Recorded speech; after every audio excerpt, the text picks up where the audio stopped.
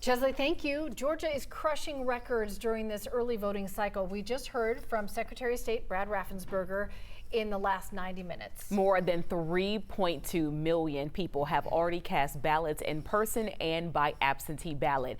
Our Ariana Manise is joining us live this midday. Ariana, what are you learning about this record-setting early voting situation here for Georgians?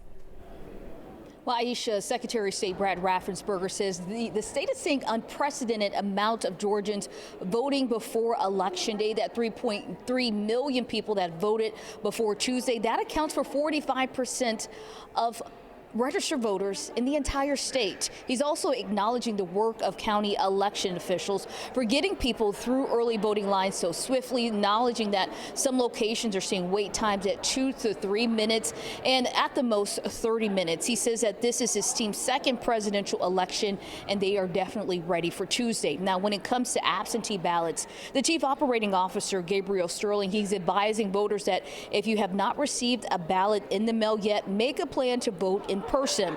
Also, do not put your absentee ballot in the mail now. Drop it off at a local election office. If you want to ensure that vote is counted, you can check the state's My Voter page to see if your ballot has been successfully received by election officials. Now, looking ahead to Election Day, officials, they did not provide a specific timeline for when we will know the winner, but says it will come down to the margins of this race, and they expect this to be a very close election. Take a listen. This is a tight election. Anybody telling you it's going to be a blowout one way or the other has some secret magic ball the rest of us don't know about. It's going to be a close election, but we can't know what the margin's going to be. And that's going to be determinative of when we know. People like, in 2020, guess what?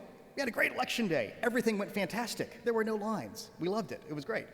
Same thing's going to happen this time. We're going to have a great election day. This will all be determinative on the actual outcomes.